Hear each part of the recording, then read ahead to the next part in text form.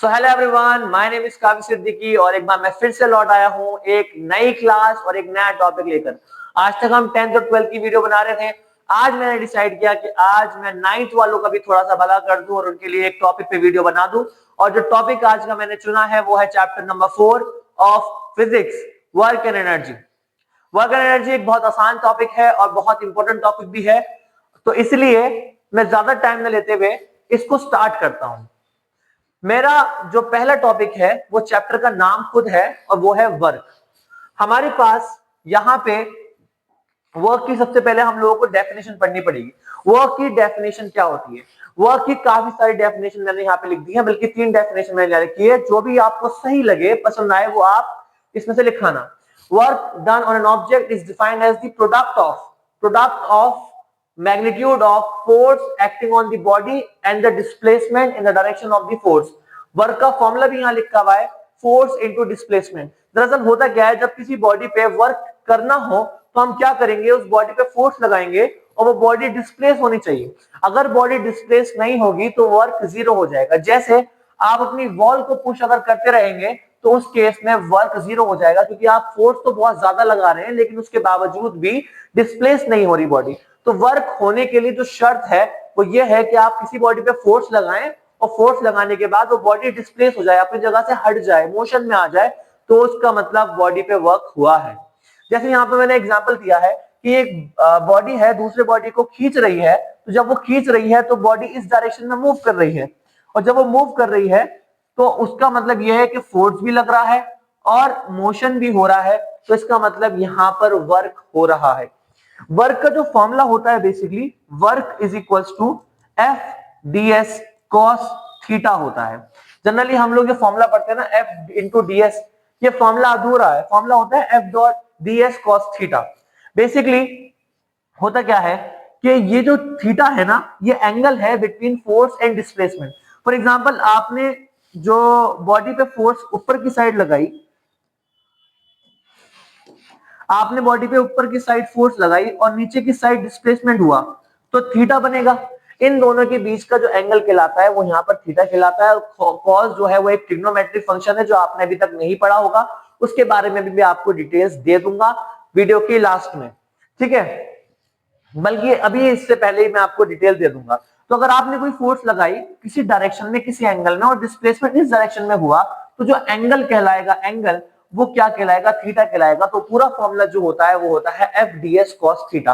और इसमें मैं आपको बता दूं कि अगर थीटा जीरो हो जाए, थीटा जीरो हो जाए तो फॉर्मूला बन जाता है एफ डी एस, ठीक है। वर्क जो है, सबसे मेन बात यह है कि वर्क एक स्केलर क्वांटिटी है। स्केलर क्वांटिटी मतलब ये डायरेक्शन पे डिपेंड नहीं करती।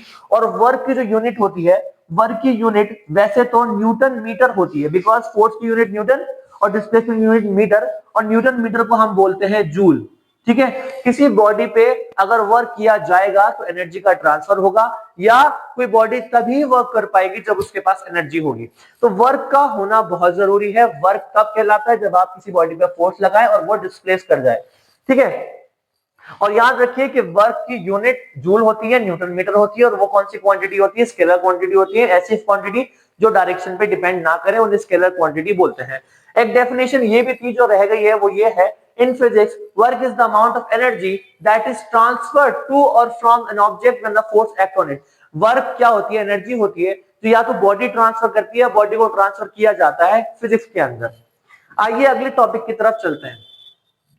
हमारा जो अगला टॉपिक है वो है टाइप्स ऑफ वर्क। हमारे पास 3 टाइप्स ऑफ वर्क होते हैं, और वो 3 टाइप्स ऑफ वर्क जो है ना, वो उसी एंगल पे डिपेंड करते हैं। पॉजिटिव वर्क, नेगेटिव वर्क और जीरो वर्क। देखिए, अगर फॉर एग्जांपल एक बॉडी है जिसका फोर्स भी इस डायरेक्शन में लग रहा है और डिस्प्लेसमेंट भी इस डायरेक्शन में हो रही है, तो इस केस में जो हमारा थीटा हो जाता है वो जीरो हो जाता है। और मैं आपको बता दूं, यहां लिख देता हूं मैं, कॉस 0 की वैल्यू 1 होती है, कॉस 90 की वैल्यू 0 होती है, और कॉस 180 की वैल्यू -1 होती है। तो अगर थीटा 0 हो जाए, क्योंकि फोर्स और डिस्प्लेसमेंट एक ही डायरेक्शन में, जब दो बॉडी एक डायरेक्शन में होती है तो उनके बीच का एंगल थीटा 0 होता है। तो हमारा जो फॉर्मूला था वर्क का, F is equal to F D S cos theta, तो कॉस थीटा की जगह कॉस 0 रखा जाएगा, और कॉस 0 की वैल्यू क्या होती है? 1। तो हमारा ये जो वर्क कहलाता है ये कहलाता है पॉजिटिव वर्क। उसके बाद आता है हमारा जीरो वर्क। जीरो वर्क के अंदर क्या होगा कि फॉर एग्जांपल आप फोर्स तो इस डायरेक्शन में लगा रहे हैं लेकिन आपका जो डिस्प्लेसमेंट है वो इस डायरेक्शन में हो रहा है और इनके बीच का एंगल क्या बन रहा है, 90 बन रहा है।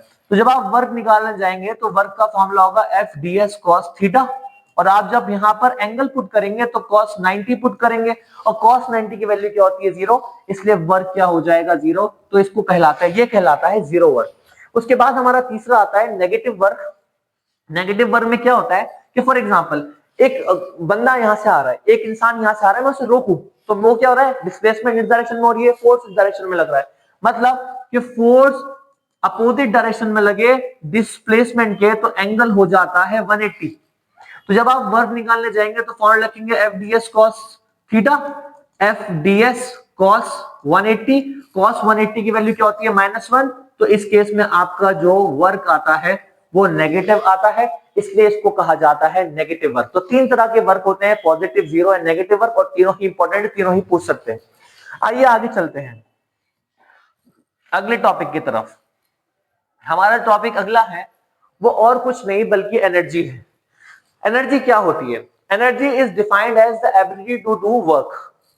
एबिलिटी, क्षमता, capacity, the capacity of doing work, the ability to do work, उसको एनर्जी बोलते हैं। किसी बॉडी के पास एनर्जी होगी तभी वो वर्क कर पाएगा, अगर नहीं होगी तो वर्क नहीं कर पाएगा, ठीक है। एनर्जी और वर्क का जो मतलब है ना वो मॉलिक्यूलर लेवल से भी है। मॉलिक्यूलर लेवल, अंदर के लेवल पे भी वर्क और एनर्जी होता है। कोई भी बॉडी फोर्स लगने के बाद अगर डिस्प्लेस होगी तो उसके पास वर्क होगा, उसने वर्क किया है या करा है या करवाया है। तो एनर्जी क्या हो गई? Energy is defined as the ability to do work. Work करने की एबिलिटी, वर्क करने की क्षमता को क्या बोलते हैं? एनर्जी बोलते हैं। एनर्जी की जो यूनिट होती है वो सेम होती है किसकी तरह? वर्क की तरह। एनर्जी भी क्या है? स्केलर क्वांटिटी है। एनर्जी की ऐसा यूनिट क्या पता है? जूल या न्यूटन मीटर या केजी मीटर स्क्वायर पर सेकंड स्क्वायर, ये दोनों ही, तीनों ही यूनिट है एनर्जी की। उसके बाद हमारे पास डिफरेंट टाइप्स ऑफ एनर्जी होती है, sound energy, electrical energy, heat energy, chemical energy, light energy, बहुत अलग अलग तरह की एनर्जी होती है। लेकिन जो मेन एनर्जी हम लोगों को यहाँ पढ़नी है वो है काइनेटिक एनर्जी और पोटेंशियल एनर्जी। हमारे पास बॉडी के पास काइनेटिक एनर्जी कैसे आती है? बॉडी के पास काइनेटिक एनर्जी तब आती है जब बॉडी मोशन में हो। Object in motion possess energy and you can do work, this energy is called kinetic energy. तो जो भी बॉडी मोशन में होगी वो काइनेटिक, उसके पास कौन सी एनर्जी होगी? काइनेटिक एनर्जी होगी। या किसी बॉडी के अंदर अगर हम वर्क पुट कर देंगे और वो मूव करने लगेगी तो वो कौन सी एनर्जी बन जाएगी? उसके अंदर काइनेटिक एनर्जी बन जाएगी। जब हम साइकिल चलाते हैं, जब हम बस में जाते हैं, जब हम ट्रेन में जाते हैं या हम खुद भागते हैं तो हमारे पास काइनेटिक एनर्जी होती है, ठीक है। काइनेटिक एनर्जी का जो फॉर्मूला होता है उस पर डिस्कस करते हैं। काइनेटिक एनर्जी का जो फॉर्मूला है वो, एक मिनट में इसको रख देता हूं। काइनेटिक एनर्जी का जो फॉर्मूला है वो बेसिकली बहुत सिंपल होता है, बहुत इजी होता है। और काइनेटिक एनर्जी का फॉर्मूला होता है half M V square. Half M V square, half into mass into V का स्क्वायर, ये काइनेटिक एनर्जी का फॉर्मूला होता है। लेकिन इसकी डेरिवेशन मैं आपको करा देता हूं, काइनेटिक एनर्जी की डेरिवेशन कैसे करनी है। देखिए, काइनेटिक एनर्जी की अगर आपको डेरिवेशन करनी है तो बेसिकली क्या हो रहा है, बॉडी मोशन में आ रही है, और बॉडी मोशन में आ रही है लेकिन हम किसकी वजह से आ रही है? वर्क की वजह से आ रही है। वर्क का फॉर्मूला क्या होता है? एफ डॉट डी एस, या मैं इसको लिख सकता हूं एफ एस। एस क्या होता है? डिस्प्लेसमेंट या डिस्टेंस। देखिए अब हम क्या करेंगे, ये हमारी पहली इक्वेशन हो गई। हम लोग एक काम करते हैं, यहाँ पर थर्ड इक्वेशन ऑफ मोशन लगाते हैं। थर्ड इक्वेशन ऑफ मोशन क्या होती है? V square is equal to U square plus 2as। हम लोग क्या करते हैं, यहाँ से s निकाल लेते हैं। s निकाल लेते हैं, यू स्क्वायर को उधर भेजना पड़ेगा, V square minus U square is equal to 2as। तो s कितना आ जाएगा? s आ जाएगा V square minus U square upon 2a, ठीक है। ये इक्वेशन नंबर 2। हम लोग क्या करते हैं, फ्रॉम 1 एंड 2 मैं 2 इसमें पुट कर देता हूं। 2 जो है s की वैल्यू है, s की वैल्यू इसमें पुट कर देता हूं। Work is equal to f into S. s का मतलब V square minus U square upon 2as। अब जो हमारा फोर्स होता है वो फोर्स की फॉर्मूला क्या होता है? फोर्स का खुद का फॉर्मूला होता है ma। शायद आपने अभी तक ये फॉर्मूला पढ़ लिया हो, तो हम यहाँ पे फोर्स को हटा के ma रख देंगे। तो work is equal to ma into V square minus U square upon 2as। यहां से a से a कैंसिल हो जाएगा, सॉरी यहाँ s कैसे आ गया, ये तो a आना था, खाली s तो आने नहीं था, 2a। तो यहाँ से a से a कैंसिल हो गया और हमारा वर्क का फॉर्मूला बन गया half m v square minus Q square. देखिए वर्क की काइनेटिक एनर्जी है, काइनेटिक एनर्जी वर्क है, वर्क होगा काइनेटिक एनर्जी आएगी बॉडी के अंदर। तो कभी कभार वर्क निकालने के लिए बोलता है लेकिन वेलोसिटी दे रखी होती है तो आप ये वाला फॉर्मूला यूज करेंगे। जब आपको दो वेलोसिटी दे रखी होगी तो ये वाला फॉर्मूला यूज करेंगे। जब आपको एक वेलोसिटी दे रखी होगी इसका मतलब ये है कि जब if initial velocity is 0 then work will be equal to half M V square only. और यही हमारी क्या होती है, काइनेटिक एनर्जी होती है। तो आइए अपने अगले टॉपिक की तरफ चलते हैं और अब हमें दूसरे टाइप की एनर्जी पढ़नी है। शायद आपने ये फॉर्मूला देख लिया हो। तो दूसरे टाइप की जो एनर्जी हमें पढ़नी है वो सब कुछ और दूसरा नाम नहीं बल्कि इसका नाम पोटेंशियल एनर्जी है। पोटेंशियल एनर्जी कई तरीकों से बॉडी के अंदर आ सकती है और पोटेंशियल एनर्जी की डेफिनेशन पढ़ लेते हैं। Energy can get stored in an object when work is done on it. Energy store हो सकती है ऑब्जेक्ट के अंदर जब उस पर वर्क किया जाए। ठीक है, for example stretching a rubber band. आप रबर बैंड को स्ट्रेच करते हैं, वो स्ट्रेच हो जाता है, तो उसके अंदर जब वो यहाँ पहुंच जाता है स्ट्रेच करते वक्त तो एक एनर्जी स्टोर हो जाती है। जैसे ही आप इसको छोड़ेंगे ना ये जाके हिट करेगा। तो जो हिट किया है आपने क्या किया, इसको जब स्ट्रेच किया था आपने इसे वर्क किया था, वर्क करके क्या किया आपने, इसके अंदर एक एनर्जी स्टोर करा दी और जैसे ही आप इसे छोड़ते हैं वो एनर्जी बैक आती है और आपको हिट करती है। ठीक है, तो उसने दोबारा वर्क किया। तो पोटेंशियल एनर्जी कई तरीके से बॉडी पे आ सकती है। कैसे आ सकती है, the energy that is possessed by a body by virtue of its configuration और चेंज इन पोजीशन। दो तरीके से बॉडी पे पोटेंशियल एनर्जी आ सकती है। या तो आप उसकी कॉन्फ़िगरेशन चेंज कर दे, जैसे मैंने अभी एक रबर बैंड को स्ट्रेच किया तो मैंने क्या किया, उसकी कॉन्फ़िगरेशन को चेंज कर दिया, तो इसके बाद पोटेंशियल एनर्जी आ जाएगी,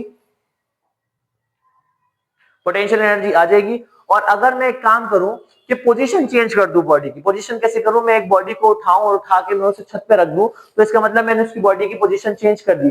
अब भी उसके पास क्या आ जाएगी, पोटेंशियल एनर्जी आ जाएगी। जैसे ही हम सीढ़ियों पे चढ़ते हैं ऊपर तो हमारे पास पोटेंशियल एनर्जी आ जाती है, जैसे हम लोग ऊपर चढ़ते हैं तो। ठीक है, तो अब इसके अंदर हम ये समझे कि दो तरीके से इंसान के पास पोटेंशियल एनर्जी आ सकती है, by virtue of its configuration and position. तो यहाँ पे कुछ एग्जांपल भी दे रखे हैं, जैसे ग्रेविटेशनल पोटेंशियल एनर्जी होती है, केमिकल पोटेंशियल एनर्जी होती है और इलास्टिक पोटेंशियल एनर्जी होती है। ग्रेविटेशनल पोटेंशियल एनर्जी तब होती है जब बॉडी को आप ऑब्जेक्ट को हाइट पर रख दे तब उसके बाद ग्रेविटेशनल पोटेंशियल एनर्जी आती है।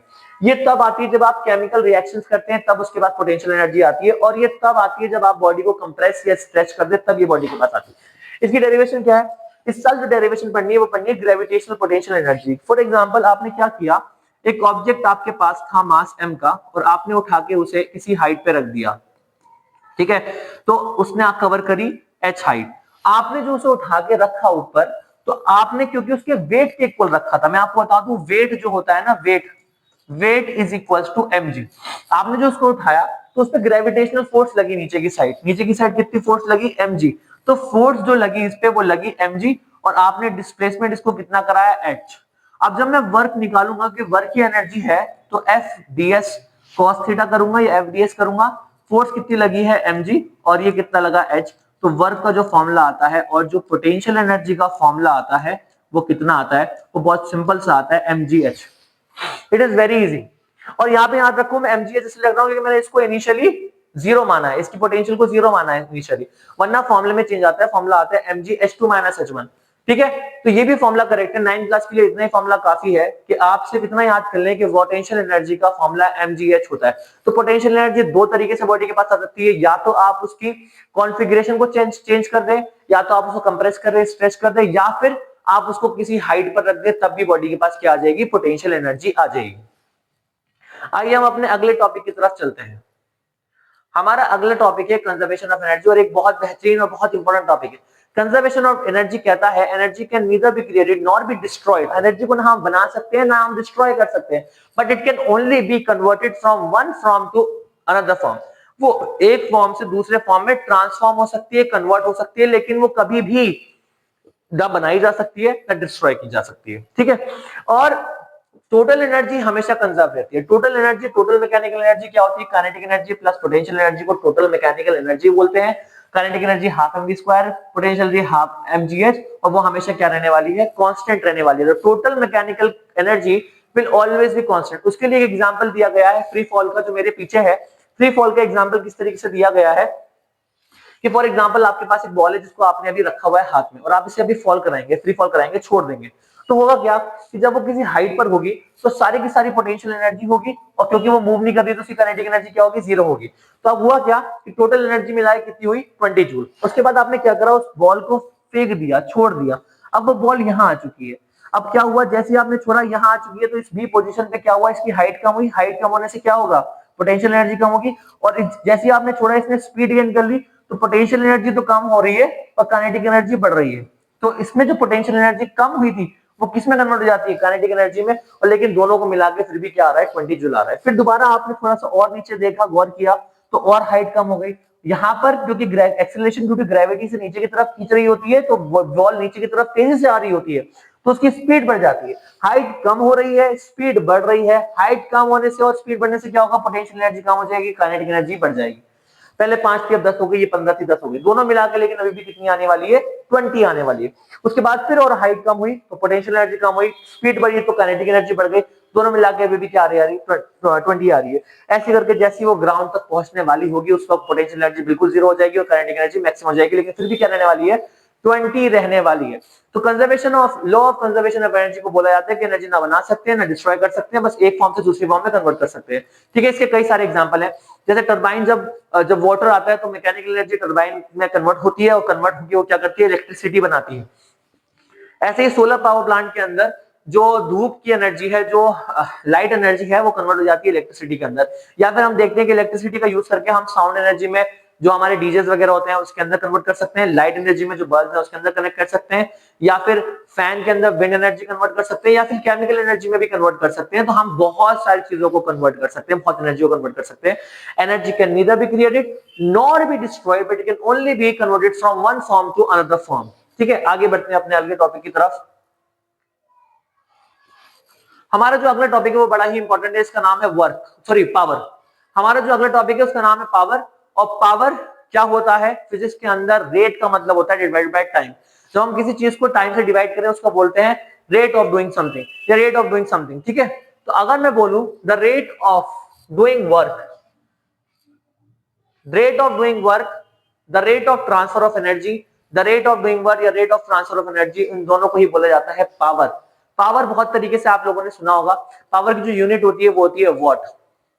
100 वाट का बल्ब है, 50 वाट का बल्ब है, 1000 वाट का बल्ब है, या 600 वाट का हीटर है। आप लोगों ने अक्सर तो आप इस वक्त तो आप सुन रहे होंगे कि इस वक्त आपके घर में गीजर लगा हुआ है, हीटर लगा हुआ है, या एसी लगा होता है, तो वो वॉट में डिफाइन किया जाता है।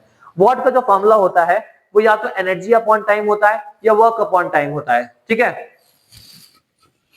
मेरा पेन गिर गया था, मैंने उठा लिया इसे दोबारा। तो पावर का मतलब होता है वर्क अपॉन टाइम या एनर्जी अपॉन टाइम। ठीक है, पावर की जो यूनिट होती है, आइए इस पर बात करते हैं। पावर की वैसी यूनिट क्या होगी, एनर्जी अपॉन टाइम, जूल पर सेकंड, और जूल पर सेकंड को ही क्या बोलते हैं, वॉट।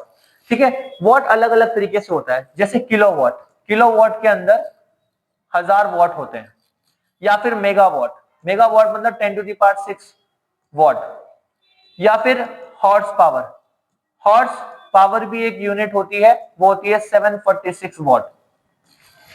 ठीक है, तो power the rate of doing work, कितनी देर के लिए वर्क किया जा रहा है, कितने टाइम के लिए किया जा रहा है, उसको बोला जाता है पावर। ठीक है, इससे ही पता लगता है कि आप घर के अंदर कितनी एनर्जी कंज्यूम कर रहे हो, कितनी देर तक कर रहे हो। आप अगर हीटर 10 घंटे तक चला के रखोगे तो ज्यादा बिल आएगा, ज्यादा पावर कंज्यूम करिए आपने। और अगर आप हीटर को कम टाइम के लिए चला रहे हो तो आपने कम पावर कंज्यूम करिए। आइए अलग आगे चलते हैं। हमारे पास एक टॉपिक होता है यहाँ पर एवरेज पावर का। एवरेज पावर मतलब एवरेज निकालना पावर का। तो एवरेज पावर कैसे निकाली जाती है, total energy consume divide by total time. अगर आप टोटल एनर्जी कंज्यूम को डिवाइड कर देंगे टोटल टाइम से तो आपकी एवरेज पावर आ जाएगी। उसके बाद सबसे इंपॉर्टेंट टॉपिक जो है वो है commercial unit of power. Commercial unit of power का बेसिकली हम लोग जो घर के अंदर यूज करते हैं ना एनर्जी, तो उसके अंदर क्या आता है, यूनिट्स में बिल आता है। 5 unit, 10 unit, 100 unit, 200 unit. Delhi के अंदर 200 यूनिट फ्री है। तो इस यूनिट का मतलब क्या है, unit basically commercial unit of power होती है। यूनिट के अंदर एक यूनिट के अंदर 1 किलोवाट आवर होते हैं। देखिए, जैसे पावर का फॉर्मूला होता है एनर्जी अपॉन टाइम, तो ऐसे एनर्जी का फॉर्मूला होता है power into time. Power into time का मतलब वॉट इनटू सेकंड, और वॉट इनटू सेकंड क्या बनता है, जूल बनता है। एक यूनिट का मतलब है 1 किलोवाट आवर। आइए इसे कन्वर्ट करते हैं जूल में। किलोवाट आवर मतलब power into time, power into time मतलब एनर्जी। 1 किलोवाट में 1000 वॉट होंगे। ठीक है, वॉट दिखाते नहीं फॉर्मूला के अंदर, 1000 वॉट होंगे, और 1 घंटे में 3600 सेकंड होते हैं। 60 इंटू 60, अगर हम लिखें तो 6 6 36, और कितने जीरो है, 1 2 3 4 5, 10⁵ 5। अगर मुझे इसे कन्वर्ट करना है 10 टू द पावर, क्योंकि मैं स्टैंडर्ड फॉर्म में लिखना चाहता हूँ, 3.6 इज द स्टैंडर्ड फॉर्म, तो मैं 10 से डिवाइड करूंगा, 10 से मल्टीप्लाई करूंगा, तो स्टैंडर्ड फॉर्म आ जाएगी 3.6 10 टू द पावर 6 जूल। आगे इसके अंदर एनसीईआरटी के अंदर बहुत सारे क्वेश्चन है जिसके अंदर आपको 250 जूल्स को कन्वर्ट करना है, सॉरी 250 यूनिट्स को कन्वर्ट करना है जूल के अंदर, तो आप direct 3.6 into 10 to the power 6 से अगर मल्टीप्लाई कर देंगे यूनिट को तो वो जूल में कन्वर्ट हो जाएगा। ये बहुत ही इंपॉर्टेंट टॉपिक है, इससे बड़े क्वेश्चन आ सकते हैं और एनसीईआरटी में भी क्वेश्चन है। ठीक है, तो ये हमारा कमर्शियल यूनिट ऑफ एनर्जी था। पावर पढ़ा हमने, वर्क पढ़ा हमने, एनर्जी पढ़ा, काइनेटिक एनर्जी पढ़ा, तो ये बड़ा ही इंपॉर्टेंट टॉपिक था। इसके बाद जो, अच्छा यहां था वो टॉपिक, लेकिन मैंने ऊपर ही सॉल्व कर दिया। तो अब हम एक बात और समझ लें यहां पर कि असल में इसका मतलब क्या था, ये चीज और समझ लें। वैसे मैंने बताने की कोशिश करी है आपको, लेकिन मैं फिर बता रहा हूं पावर का मतलब क्या हुआ। Power is equals to energy upon time. For example यहां लिखा हुआ है 200 वॉट, 200 वॉट का मतलब हुआ 200 जूल पर सेकंड। 200 जूल पर सेकंड मतलब आपने एक सेकंड के अंदर 200 जूल एनर्जी यूज की है, कंज्यूम की है, वो कहलाएगी पावर। एक सेकंड में कितनी एनर्जी आप यूज कर रहे हो उसको पावर कहते हैं। ठीक है, अच्छा अब बाकी इस पे बात करेंगे कि ये हमारा टॉपिक तो खत्म हो गया, बस इतना ही टॉपिक था, इतने ही पढ़ना था आप लोगों को। लेकिन इसके बाद अब करना क्या है, इसके बाद हमें बेसिकली क्वेश्चंस करने हैं और वो क्वेश्चंस होंगे अगली वीडियो में। और इसके अंदर क्या होगा, एनसीईआरटी के जितने क्वेश्चन भी अवेलेबल हैं वो सब मैं इसमें सॉल्व करने वाला हूं। लेकिन वन शॉट मैं यही खत्म करता हूं, प्लीज एक बार सही से पढ़ लीजिएगा, बड़ा ही इंपॉर्टेंट टॉपिक है वर्क एंड एनर्जी और बड़ा ही इंटरेस्टिंग टॉपिक है। बहुत जल्दी मैंने समझाने की कोशिश करी है, बस इतना समझाने की कोशिश करिए कि आप एग्जाम में अच्छे से लिखाएं। स्क्रीनशॉट ले लीजिएगा। और मेरे को बड़ी खुशी हुई आपने ये वीडियो देखी, बहुत बहुत शुक्रिया आपका वीडियो देखने के लिए। थैंक यू सो मच, ऐसे ही सपोर्ट करते रहिए, लाइक कर दीजिए और शेयर करना तो बिल्कुल ना भूले। Thank you so much, good bye, tata bye.